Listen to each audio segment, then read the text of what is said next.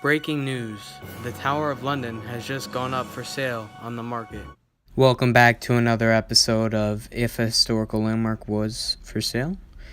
I'm your host, Gannon O'Keefe, and today our historical landmark is the Tower of London.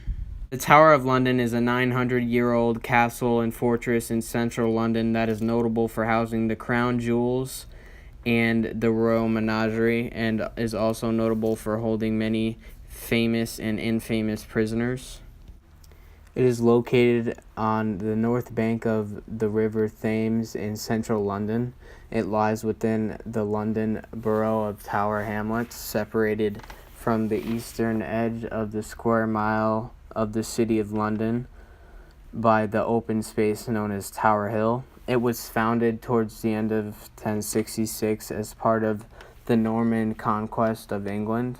The White Tower, which gives the entire castle its name, was built by William the Conqueror in 1078 and was a resented symbol of oppression inflicted upon London by the new ruling elite, which was William the Conqueror. The castle was used as a prison from 1100 until 1952. Although that was not its primary purpose, a grand palace early in its history, it served as a royal residence. As a whole, the tower is a complex of several buildings set within two concentric rings of defensive walls and a moat. There were several phases of expansion, mainly under Kings Richard I and Henry III and Edward I in the 12th and 13th centuries. The general layout established by the late 13th century remains despite later activity on the site. There are over 23,500 jewels there today. The crown jewels were moved to the Martin Tower after the jewel house was demolished. The total value of the jewels is estimated to exceed £20 billion.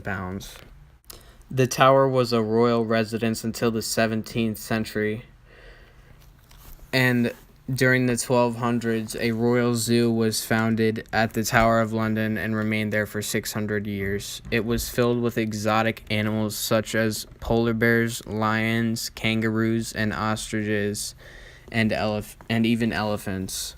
When the Tower Zoo closed down in 1835, all the animals were moved into the new London Zoo in Regent's Park. Today you will be able to see sculptures of these animals that once lived in the tower. This was the royal menagerie.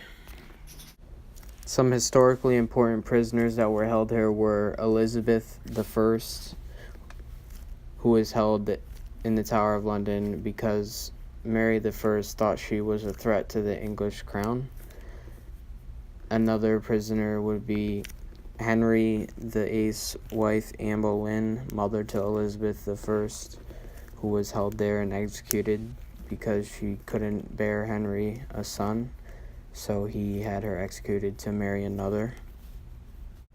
Today, the tower is used to hold the crown's jewels and is also a designated World Heritage Site, so it is toured by people. I think you should buy the Tower of London because it has played a prominent role in English history and has played an important role in controlling the country.